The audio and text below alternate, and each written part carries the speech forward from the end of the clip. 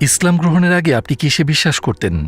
ইসলাম গ্রহণের পর সবচেয়ে বড় কোন ৩টি চ্যালেঞ্জের মুখোমুখি হয়েছিলেন? জেলে যাওয়ার ভয় লাগে না আপনার? আমার কিছু বন্ধু আমাকে এড়িয়ে চলে, কারণ তারা বুঝতে চায় না যে আমি মুসলিম হয়েছি। তারা কোনো কিছুতেই বিশ্বাস করে না, কারণ তাদের কোনো আশা নেই। যখন ওরা ডিপ্রেশনে ভোগে, ওদের সাহায্য করার কেউ নেই, ভরসা করার মতো কেউ নেই তাদের। আমি জানি না, আমি এর উত্তর দেব না। আপনাকে স্বাগতম দাউদ। আমাকে আমন্ত্রণের জন্য অনেক ধন্যবাদ। আমরা আপনার গল্পটা জানতে চাই। দাউদকে আমার জন্ম আর বেড়ে ওঠা কোরিয়ায়, দক্ষিণ কোরিয়ায়।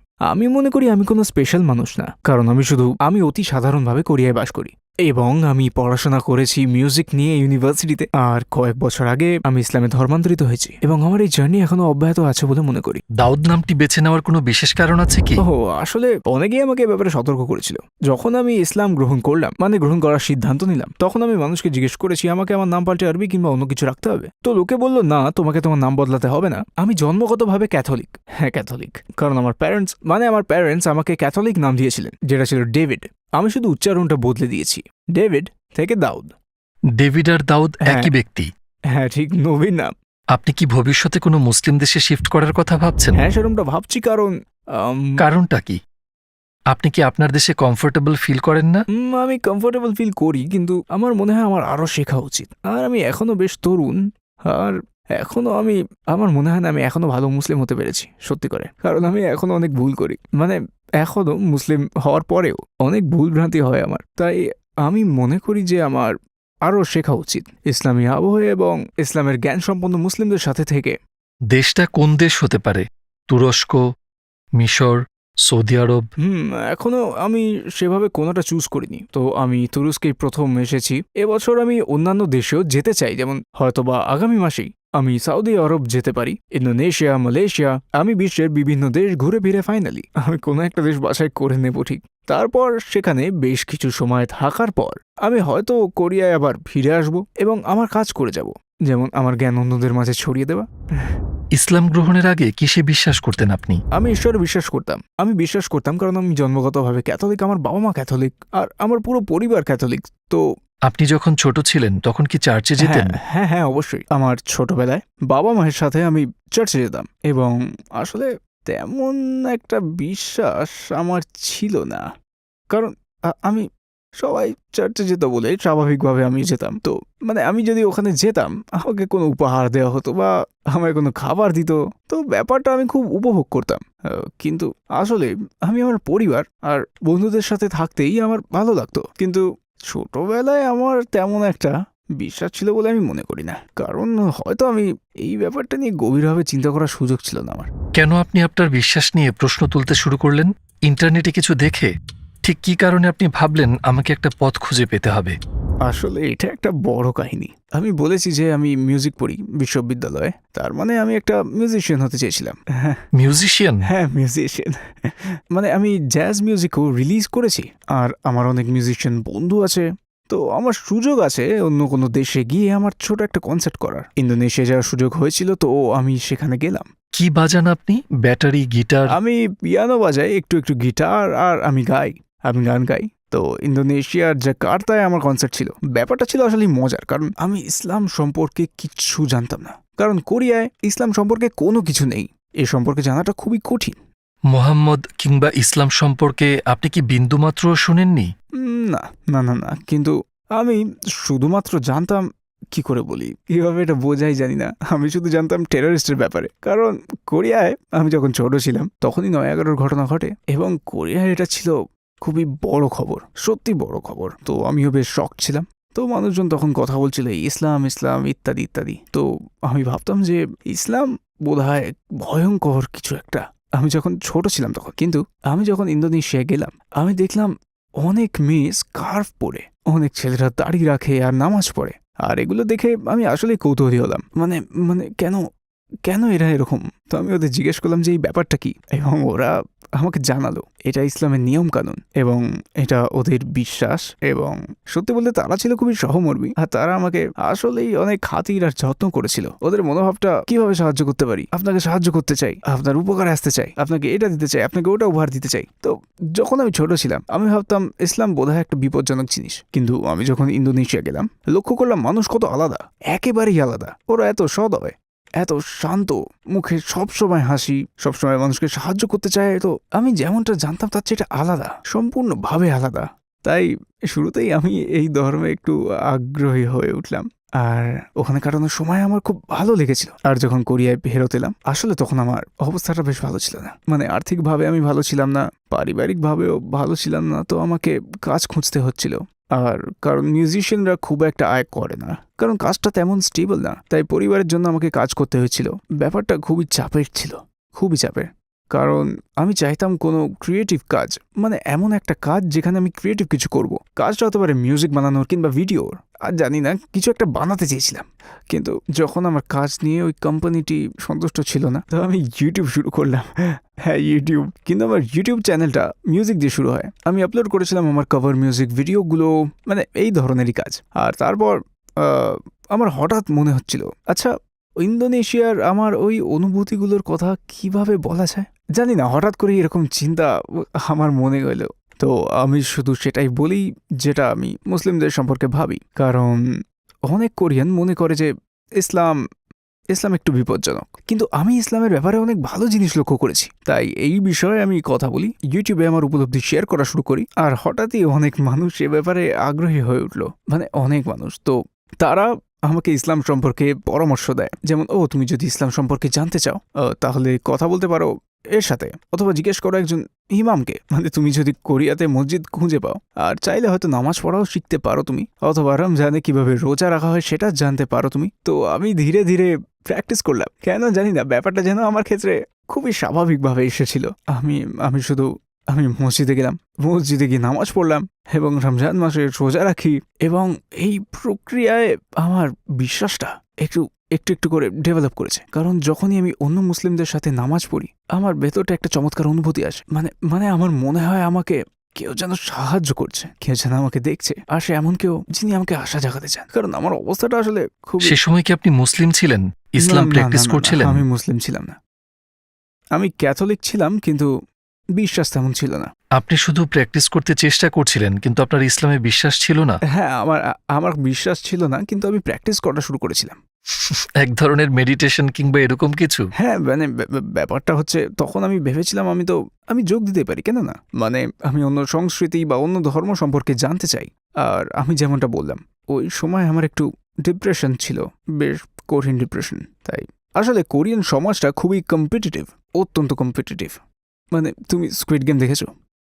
হ্যাঁ, আমি জানি। কোরিয়ার পুরো সমাজটা হুবহু একই রকম ওই গেমটার মতো, যেখানে শুধুমাত্র একজন জেতে, আর তুমি যদি না যেত তাহলে সবাই হেরে যাবে, আর তখন নিজেকে ব্যর্থ মনে হবে, লুজার মনে হবে। তো আমিও ভাবতাম কেন আমার জীবনটা এরকম, কেন আমি সফল নই। কিন্তু যখন আমি ইসলাম প্র্যাকটিস করা শুরু করলাম সেই সময়টায় আমার অনুভূতি বদলে গেল। মনে হলো আমি যেন আমার হারিয়ে যাওয়া কিছু একটা খুঁজে পেয়ে গেছি।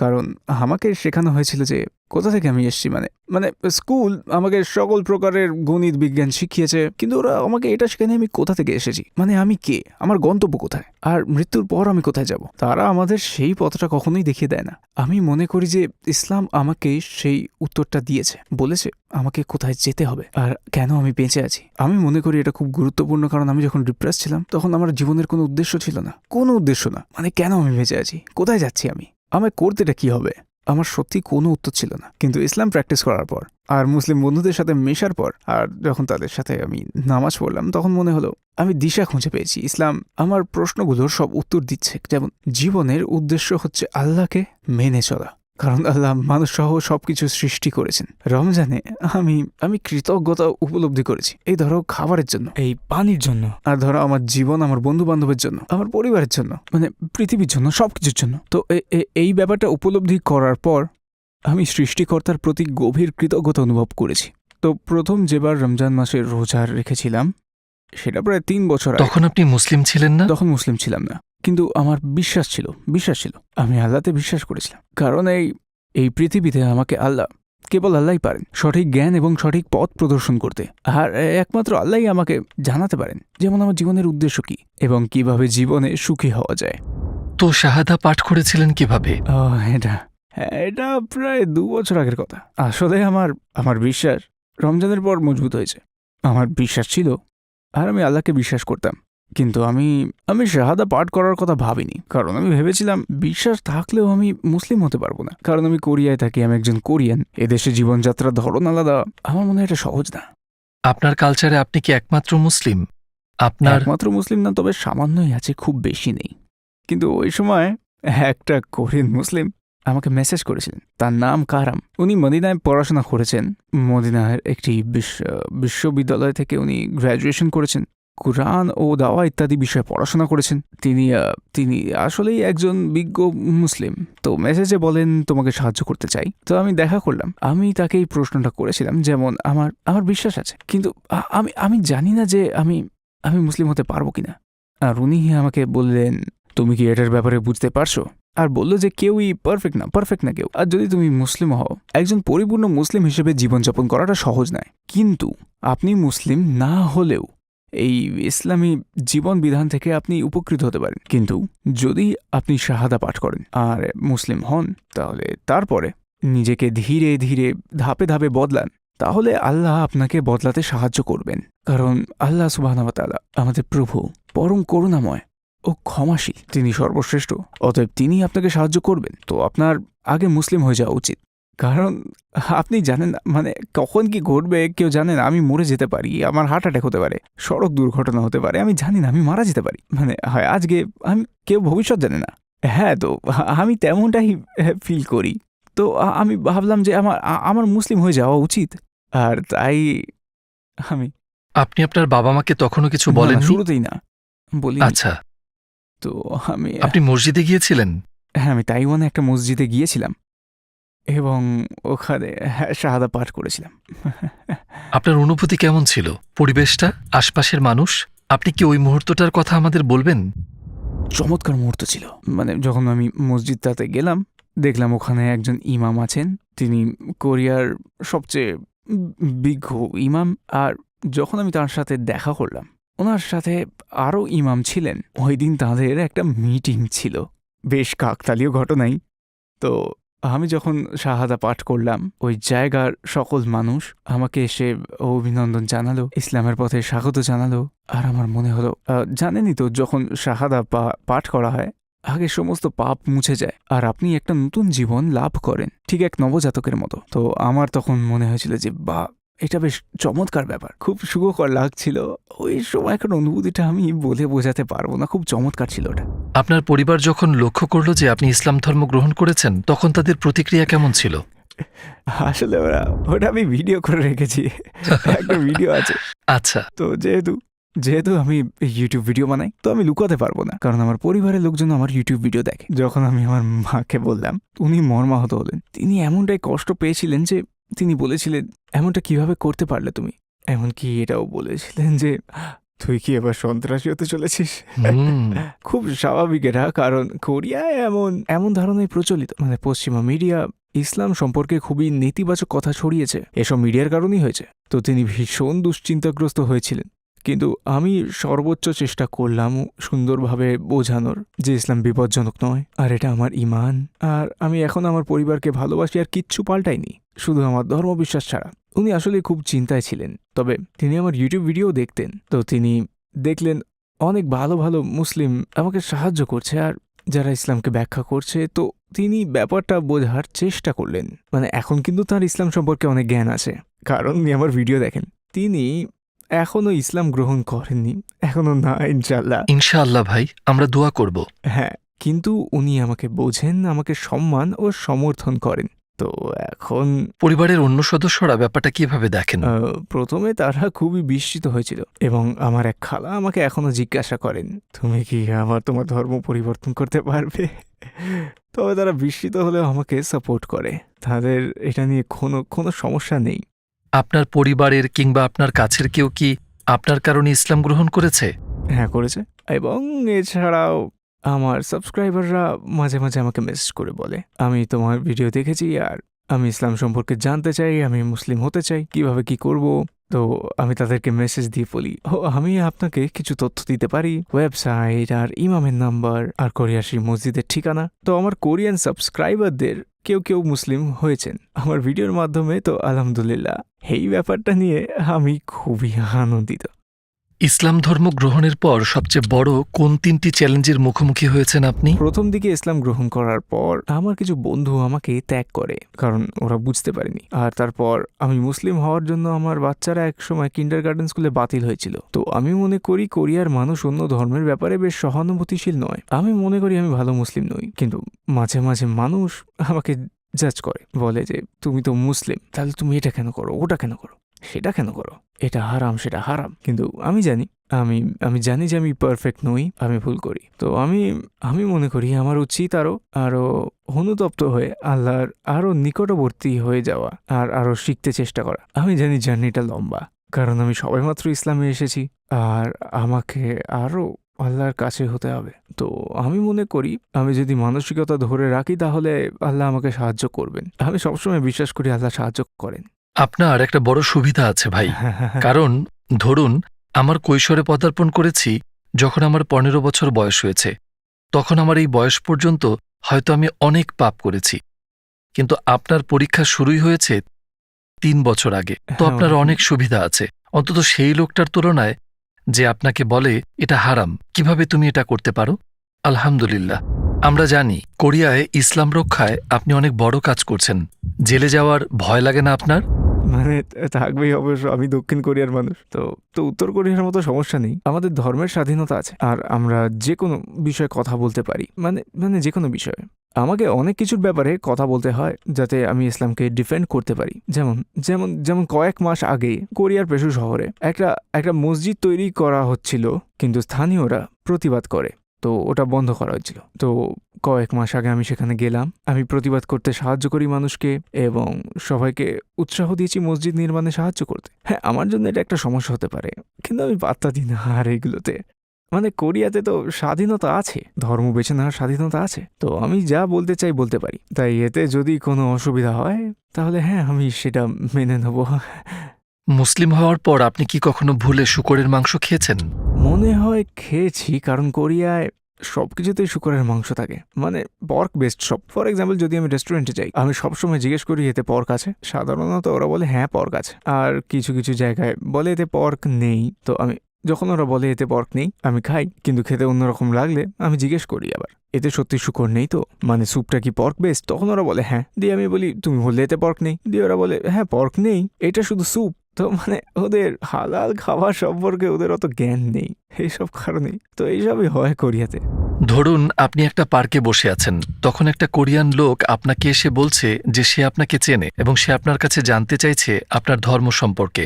আপনার সময় মাত্র 1 মিনিট, আপনি তাকে কি বলবেন? আমার মনে হয় আমাকে তখন ব্যাখ্যা করতে হবে জীবনের উদ্দেশ্য সম্পর্কে। কোরিয়ার সমাজ খুবই কম্প্যারেটিভ এবং ওখানে অনেক মানুষেরই জীবনের কোনো উদ্দেশ্য নেই, তাই তারা সহজেই বিষণ্ণ হয়ে পড়ে। আমি তার কাছে ব্যাখ্যা করব যে মানব জীবনের উদ্দেশ্য হচ্ছে সৃষ্টিকর্তাকে মানা, তার জন্য কাজ করা, আর তার মধ্যেই আপনি খুঁজে পাবেন চিরস্থায়ী সুখ। তো এটাই। আপনি ইসলামে শান্তি খুঁজে পেয়েছেন? হ্যাঁ, ইসলামেই শান্তি আর সুখ পাওয়া যায়। আমাদের নবী আলাইহিসসালামের জীবনের কোন দিকটি আপনাকে সবচেয়ে বেশি মুগ্ধ করেছে? তার চারিত্রিক বৈশিষ্ট্য, তার জীবনযাপন, কিংবা আমাদের নবী সাল্লাল্লাহু আলাইহি ওয়াসাল্লামের জীবনের কোনো ঘটনা? কোন ব্যাপারটা সবচেয়ে বেশি হৃদয়গ্রাহী বলে আপনি মনে করেন? ওকে, তো আমার জন্য যখন তিনি বিশ্বে ইসলাম প্রচারের চেষ্টা করেছিলেন তখন কোনো মুসলিম ছিল না, রাইট? তিনি ছিলেন একমাত্র মুসলিম যিনি বার্তাটি গ্রহণ করতেন এবং ছড়িয়ে দিতে চাইতেন ইসলামকে, ইসলামের মেসেজকে। আমি খানিকটা ওই ধরনেরই ফিল করি, কারণ আমি কোরিয়ায় থাকি আর আমার আশেপাশে কেউ মুসলিম নেই, আমি একমাত্র মুসলিম। আর আমি বুঝতে পারি যে সেই পরিস্থিতি কেমন হতে পারে সেটা কি করে মোকাবেলা করা যায়। কিন্তু নবী মুহাম্মদ সাল্লাল্লাহু আলাইহি ওয়াসাল্লাম হাল ছাড়েননি। আমার কাছে এটা অসম্ভব মনে হয়, কিন্তু সেটা তিনি করেছেন।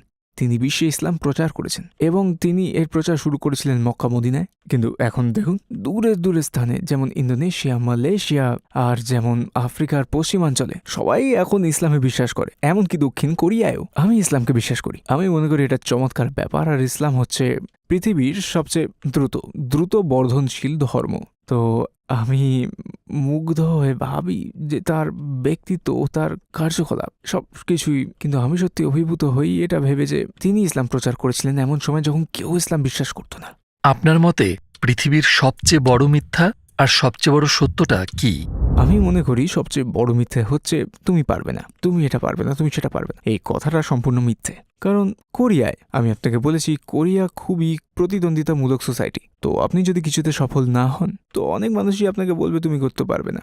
কিন্তু এমনও নয় যে আমি সবকিছু পারবো, আমি যা চাইবো সেটাই করতে পারবো। আর এটা নির্ভর করে বিশ্বাসের উপর। যদি আমি সৃষ্টিকর্তায় বিশ্বাস করি, আর আমি যদি তার সাহায্যে বিশ্বাস করি, আর যদি আমি তার পরিকল্পনায় বিশ্বাস করি, আমি পারবো। আমি চেষ্টা করতে পারি কারণ আমার দৃঢ় আত্মবিশ্বাস আছে। আপনি যদি লক্ষ্যে পৌঁছাতেও পারেন, হ্যাঁ মানে হয়তো পারবেন, কিন্তু আপনার যদি ভালো অনুপ্রেরণা থাকে, ভালো বিশ্বাস থাকে, তাহলে আপনি সবকিছু করতে পারবেন। যদি লক্ষ্যে পৌঁছেও যান তাও। তো এটাই হচ্ছে কথা, এটাই আমি ভাবি। আর সবচেয়ে বড় সত্যি হচ্ছে তুমি এটি পারবে। হ্যাঁ হ্যাঁ হ্যাঁ, কি এটাই আমি বলতে চেয়েছিলাম, তুমি করতে পারবে। আমি আল্লাহর রহমতে বিশ্বাস করি, তার সাহায্যে, তার পরিকল্পনায়। তো আমি আমি পারবো। আপনার জীবনের সবচেয়ে বড় স্বপ্ন কি? আমি একজন ভালো মানুষ হতে চাই, ভালো মুসলমান হতে চাই মৃত্যুর আগে। আমার মনে হয় এটা সহজ না। জীবনের লক্ষ্য হচ্ছে আল্লাহকে মানা এবং আমাদের গন্তব্য হচ্ছে জান্নাত। আমি আরও শিখতে চাই, আরও প্র্যাকটিস করতে চাই, আর আমি কোরিয়ানদের জন্য কিছু করতে চাই। হ্যাঁ, কোরিয়ানদের জন্য। কোরিয়ার সংস্কৃতিতে রয়েছে প্রচুর রাগ, বিস্মিত আর ডিপ্রেশন, এবং আমি মনে করি এর সবচেয়ে বড় কারণগুলোর একটা হচ্ছে তাদের বিশ্বাসের অভাব। তাদের কোনো বিশ্বাস নেই, কারণ যখন তারা ডিপ্রেশনে ভোগে, কেউ সাহায্য করার নেই, কেউই নেই, কেউ নেই যার উপর তুমি নির্ভর করতে পারো। আত্মহত্যার হার সেখানে তুঙ্গে। আত্মহত্যার হার সবচেয়ে বেশি কোরিয়ায়। ফর এক্সাম্পল, আমি মুসলিম, যদি ভালো কিছু ঘটে আমি স্বীকার করি এটা আল্লাহর কারণে, তাই আমি কৃতজ্ঞ হই। আর যদি খারাপ কিছু ঘটে তাহলে আমি বলতে পারি এটা আল্লাহর পরিকল্পনা, একটা পরীক্ষা, এটা উতরে যাব আমি। কেউ যদি আল্লাহতে বিশ্বাস না করে, কেউ যদি নাস্তিক হয়, তো ভালো কিছু ঘটলে সে ভাববে ও আমি সফল হয়েছি আমার নিজের যোগ্যতায়, তো ওই মানুষটা অহংকারী হয়ে উঠতে পারে। আর যদি খারাপ সময় আসে তাহলে সে ভাববে ও কেন এটা আমার সাথে হয়। এভাবে তারা নিজেকে দোষ দেয়, আর এভাবেই বিষণ্ণ হয়ে পড়ে। আর বিষণ্ণতা বেড়ে গেলে তারা এই আত্মহত্যা করে ফেলে। আমি সত্যি সত্যি এটা মনে করি যে কোরিয়ান সমাজে বিশ্বাসের বড্ড প্রয়োজন। মনে করুন আপনি একটা স্কুইড গেমের প্রতিযোগী এবং মৃত্যুর হাত থেকে বাঁচতে আপনাকে কাউকে ধোঁকা দিতে হবে অথবা মিথ্যা বলতে হবে। আপনি কি করবেন? আমি মরতে চাই না, আমি মিথ্যা বলতে চাই না। আমি জানি না। আপনি চাইলে এই প্রশ্নটার উত্তর নাও দিতে পারেন। আমি জানি না, আমি বলবো না, আমি এর উত্তর দেব না। ঠিক আছে, আমাদের সাথে থাকার জন্য আপনাকে ধন্যবাদ। আলহামদুলিল্লাহ। অভিজ্ঞতাটা আনন্দময় ছিল। আমায় আমন্ত্রণ করার জন্য ধন্যবাদ। আলহামদুলিল্লাহ। আসসালামু আলাইকুম প্রিয় ভাই ও বোনেরা, এবং অসংখ্য ধন্যবাদ ভিডিওটা দেখার জন্য। আপনারা যদি এরূপ আরও ভিডিও দেখতে চান, আমরা আপনার জন্য একটি বিশেষ প্লে লিস্ট তৈরি করেছি, যেটি দেখতে পাবেন ডান পাশে, অথবা আমাদের সম্পূর্ণ নতুন ভিডিওটি দেখতে পাবেন বাঁ পাশে। ভিডিওটিতে একটি লাইক দিতে এবং চ্যানেলটিকে সাবস্ক্রাইব করতে ভুলবেন না, যাতে আমরা আরও মানুষের কাছে পৌঁছে তাদের উপকারে আসতে পারি। দেখা হবে।